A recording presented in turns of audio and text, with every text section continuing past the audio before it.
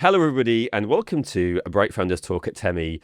Temi is an international software development company that designs, builds, and delivers software for sustainable businesses and promising startups. Welcome to our podcast where we bring you the most inspiring stories of entrepreneurs and experts in the software development industry. And each week, we interview successful leaders who share their unique journeys and valuable insights. I'm your host, Barry, and today we're lucky enough to have a remarkable guest joining us, Lior Gerson, who's CEO and co-founder at TargetBoard.ai. Welcome to the podcast, Lior. How are you doing today? Great, Barry. How are you? Perfect. I'm fine, thank you. We're really pleased that you've taken time out of your day to speak with us. Yeah, you have had a very successful career. Like when I go onto your LinkedIn, it's just company after company after company of successes. So we're really interested in picking your brains on some of these. But for those who don't know you, could you tell us a little bit about yourself and the company that you work at right now? Right. So I'm Lior. I have 4 kids. I've been around tech for about 30 years.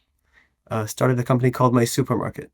My Supermarket was a price comparison company based in the UK. We had about 20 million monthly active users. Started there as a developer, ended up as a VP of product, then left with Alon Bloch, who was CEO at the time, to found Vroom.com. Vroom sold cars online in the USA, was very successful, IPO'd for 2.5 billion. Then I did a few more roles as either CTO or CPO, GM a few times. Used to do some C-level consulting for tier one retailers in the USA, such as Sephora, Macy's, Kroger, and so on. In the past 2 years, we founded TargetBoard. And TargetBoard sort of is an accumulation of everything we learned, me and my co-founder, who's also called Lior, across these decades of working in tech, and how managers are dealing with not actually knowing what's going on with their businesses. Right. So TargetBoard is an end-to-end KPI platform as a service. Right. So it's a one-stop shop connecting to all your data sources and bring you all your reports, all your insights, everything you need to know and understand about how your business actually operates right out of the box. It's incredible, and you have worked at so many successful companies. Are there any lessons that you've acquired, or any skills that you've acquired, having been through all those successes, that you now use as a founder at your current company in TargetBoard AI? But I think it's a great question. What we were doing at TargetBoard AI is actually building on top of everything we learned from multiple companies. And actually, we work with a lot of customers today, and each of these customers brings on more learnings and more best practices and more patterns that we can leverage for the entire community, right? So the way that the product is built is that each member can add to the knowledge of that community. And that can be engineering leadership, it could be product leadership, it could be RevOps leadership, but the platform grows with each additional customers with new types of metrics, new ways of looking at metrics, new types of insights that you can produce and you should be looking at to see how your business operates, what's moving your business. Because at the end of the day, a business is like a machine and you want it to run as smoothly as possible.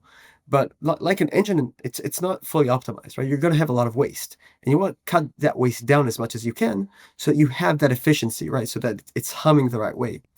And the bigger you are, the more waste you're going to have. And it's going to be not going to be linear, right? The bigger your the much more waste you're going to have. More people, more like if you're an older company, if the business is more complicated, it's going to have more and more waste. And what we do is we help surface that waste and we help bring you solutions to cut it down. So it's kind of like the engineering philosophy, right? Like taking away is probably better than adding in terms of making things more refined and more useful. Is that kind of your philosophy? It sounds like it is from the sounds of things.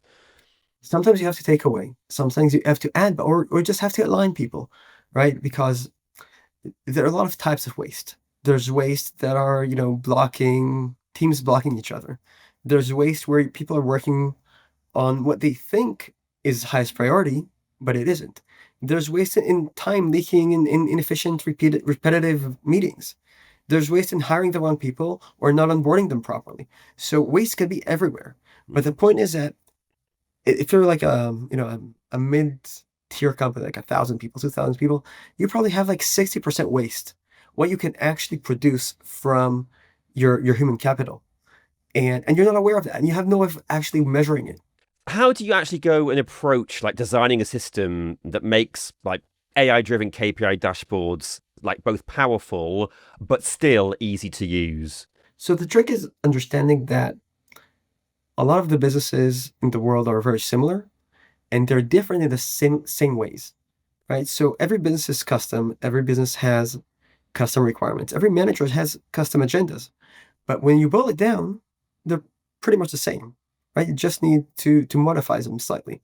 So we've built a system that is vertical agnostic, that you can plug it in to any business and will automatically adjust to the way the business operates, right? To their processes or systems, their agendas or priorities in a way that will make sense to them, that will understand their language, their world, what they need to get done, what success looks like for them, and to have them very quickly, and I'm talking about hours, Hmm. get to a point where they actually understand their business better and can tell the story better of what's actually going on. And when you're having these conversations with people, do you ever have like, I don't want to say like unrealistic like requirements, maybe like a wish list. Let's say they have a wish list of what they want to go, and you think actually that's not pragmatic. Do you always try to put those wish lists into practice, or do you set realistic like goals and say actually that's probably not pragmatic? How do you do that with customers? We don't see that a lot. So part of the product is a pre-built, very robust catalog of KPIs. So you get all of the things that you would like to measure out of the box, and then it either automatically or manually adjusts to your business. What we see is that sometimes, and we saw this with professional services, customer will have very custom, very specific requirements or requests. And this is great. This is great for us because it's all great for them because it means that the customer already knows what he needs. He knows what he wants. It's much easier because the platform is built to rapidly adjust and fulfill that customer requirement. It's very easy for us to show value earlier in the customer lifecycle. And it's also great because a customer who knows what they want is always going to be happier than somebody who has to discover it along the way, right? Just like serendipity is great, and it's great to learn something new. But if you have something you're really trying to do, and you're breaking your teeth on trying to get it, and you can get it like that, it's so much easier. What would you say to someone who has their own company, maybe isn't quite on board with AI dashboards, likes to do it the old-fashioned way?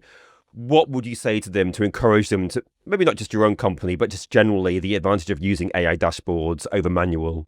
I think in general, where the industry is going, where tech is going, is similar to what retail went through like 10 years ago. It's all going to be omni-channel.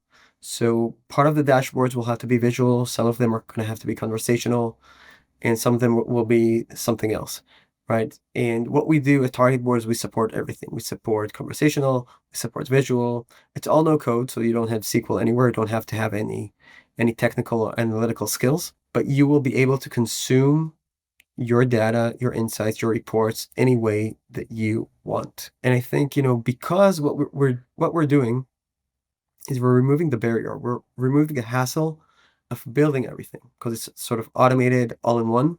You can just give it a try. You're not losing anything by just giving it a try. It's not like getting into a project where you have to build and hire people and say, oh, and then discover, if it works for you or not.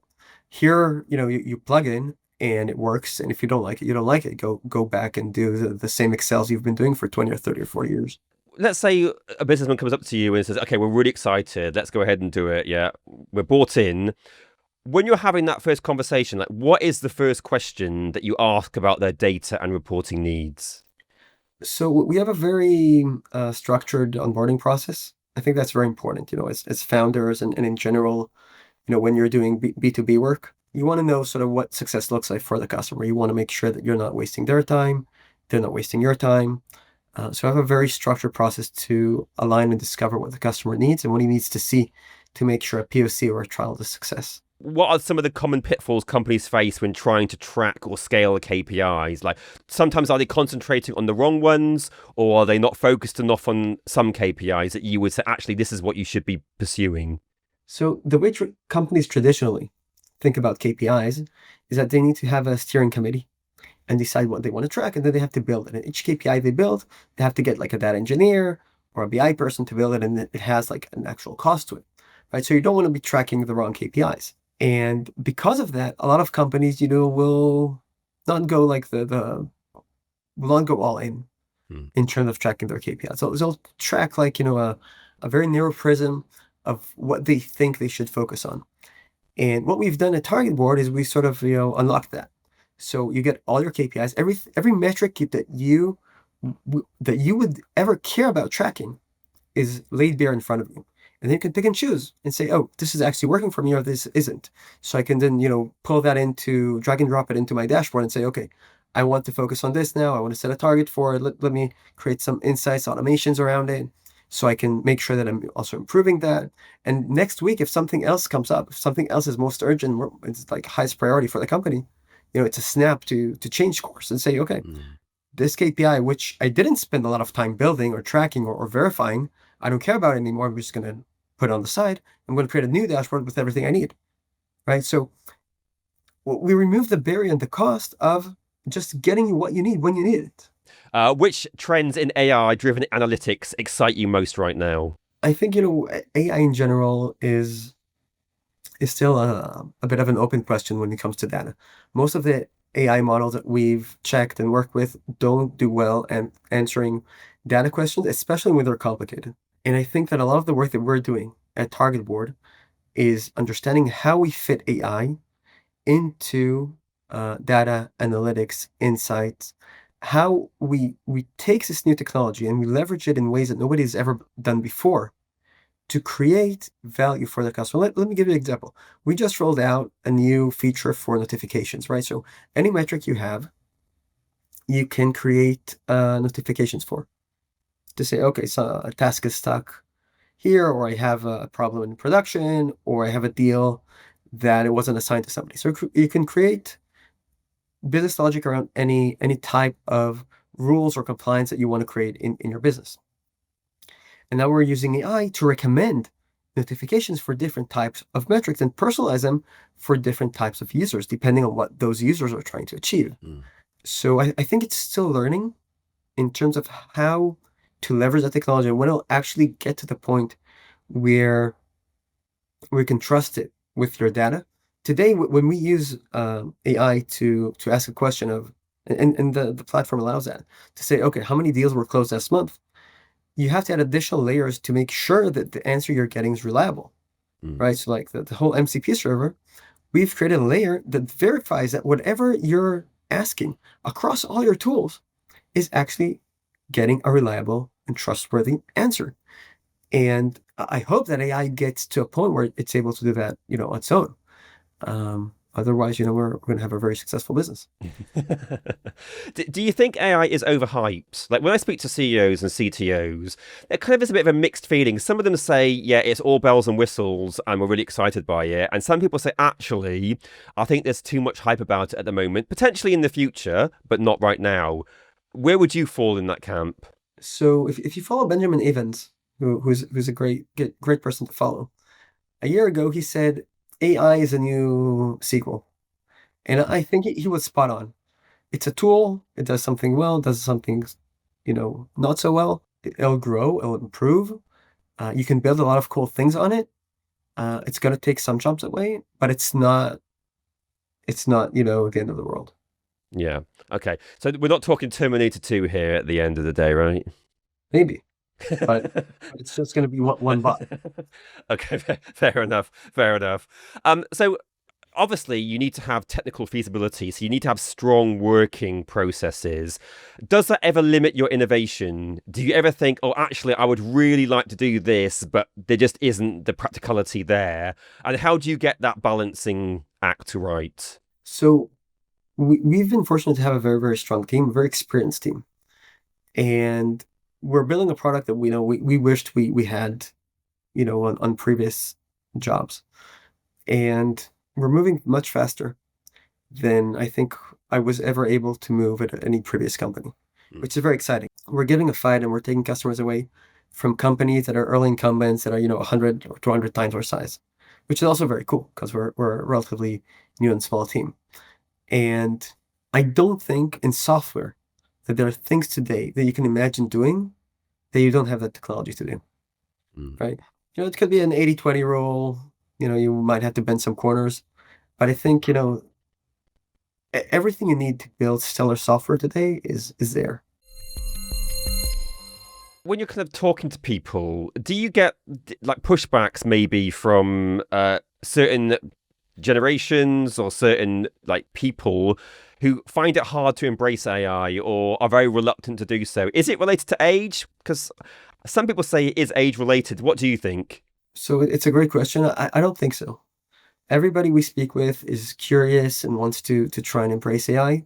I think you will find that age does come with experience, and experience is, is deflating to hypes, right? So you'll see more seasoned executives who are taking everything with a grain of salt, and they want to see it, they want to test. They're open, but they're not, falling over.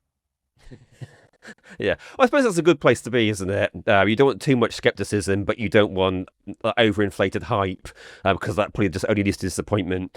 So, if you could instantly remove like one barrier to like better KPI adoption, what would it be? Skepticism. Okay. So I recently spoke to this woman who told me she sold engineering KPIs to Boeing 50 years ago. And was giving her a pitch, and she said, "Well, it's the same pitch I gave 50 years ago." So, it's an old topic. It's an old problem. It just hasn't been solved. It has been solved because the way people have been attempting to solve it hasn't changed for decades, right? So if you take the way that the analytics, work, it's just like one layer over another, one product solving the issues of, whatever came before. And then you have to have like, your governance layer and your whatever other layer you need to put in place to get it to actually work and to create the alignment in the organization. And what we've done is we said, well, we know that that old paradigm doesn't work anymore. And we know that people are sick of trying to get it to work. So you have customers that need better understanding of their performance. They're not doing it because they don't think it's going to work. They don't want to invest the time building a team to build a product to call a report. And we just solved it, end to end out of the box. So you have everything. You have your ETLs, your data warehouse, your semantic layer, your governance layer, your reporting layer, your insights layer, your AI layer, everything in one box that understands your business much better than if you had to take all those old boxes and put them together yourself. And startups in particular, like they do benefit from having early KPI tracking. And you've written about like the compounding benefits analytics can bring, but also the risks. Like how can an early stage leader implement effective analytics without overcommitting resources? It depends on what you mean by early stage. If you're a very young startup, you're pre-market fit, you need to find your market fit. It doesn't matter, anything else doesn't matter. And investing a lot in KPIs at that point doesn't make sense. If they come like with TargetBoard, at near zero cost for the implementation, that's something else. But again, your entire focus needs to be on finding your market fit. Once you're scaling, then it becomes really important because you want to make sure that whatever capital you have is spent efficiently, that you're reducing waste, that everybody's aligned in the same direction, and that increases your velocity. And the more you're able to create focus, you're able to increase your velocity more, right? It's like a rocket. The less you waste, the more you can, boost yourself forward, and the faster you go. Good answer. Perfect. Excellent. Amazing. You've also mentioned about a future where data engineers and analysts may no longer be needed. Like what capabilities or innovations need to emerge so that that can become a reality? And if you do agree with that statement, how are you positioning for it?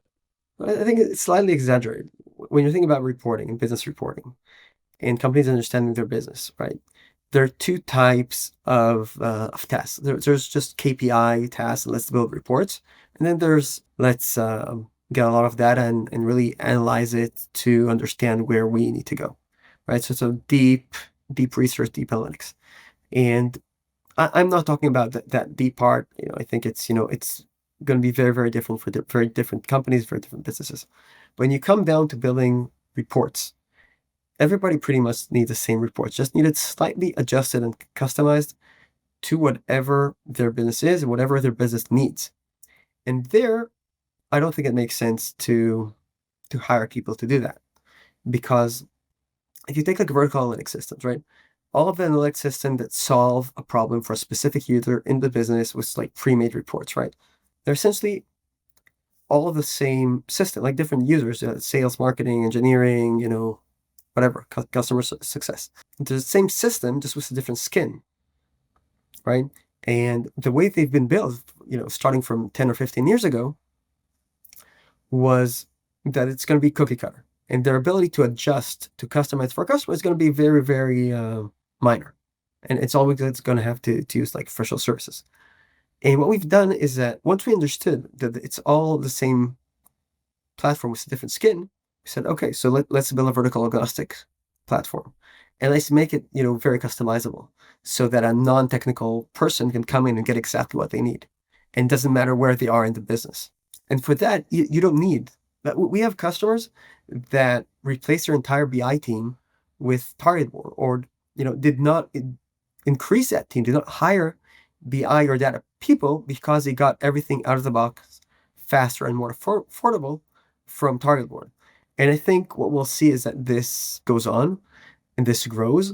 If you go back to the question about AI, if you're able to do conversational AI, and that is able to also give you answers, but also produce the reports that you need at a high level of confidence, where you say, okay, this is the data, I trust it, I believe it, I understand it, without having to have a man in the middle, that's a much more compelling solution for any user. Yeah. Yeah, it makes sense. Incredible progress has been made, and I'm sure a lot more is to be made going in the future. Now, unfortunately, we are coming towards the end, Lior, so I just want to ask you one more question, if I may. So you are a very successful businessman, and you've had a lot of experience with a lot of companies. What advice would you give to someone starting up new for the first time? What should their focus be, and what advice would you give them? The best advice I can give is to learn who to learn from and to learn from other people's mistakes. So what we've done at TargetBoard, we tried really hard to learn from the mistakes of ourselves in previous incarnations and everybody else we know. We weren't always successful, but it was helpful in moving much faster, which is, again, it's very integral to our DNA and to getting to where we need to go faster. The other thing that I'll say is that you need to believe in your own vision, right? So be very mindful if you're missing anything, if whatever competitors are doing, whatever solutions are already in the market, right? Understand the challenges that you have, but also, don't let people dissuade you from your own vision if it's there, right? If you have a clear vision of what you want to build, what you want to do, and why it doesn't exist yet, then you should really stay the course, even if everybody else tells you it's a bad idea. If everybody else tells you it's a bad idea, there's a very good chance that they're wrong. Right? That everything is leaving and opening in the market, but it could also be that they're right. So you need to figure that out. Yeah, that's gold advice. That's amazing advice, Leo. Thank you so much for giving that for free. It's great to pick your brains on that. And I just want to thank you again so much for taking the time to talk with us today. It's been an absolute pleasure talking with you. Thanks, Barry. Likewise. That was Lior Gerson, CEO and co-founder at TargetBoard.ai.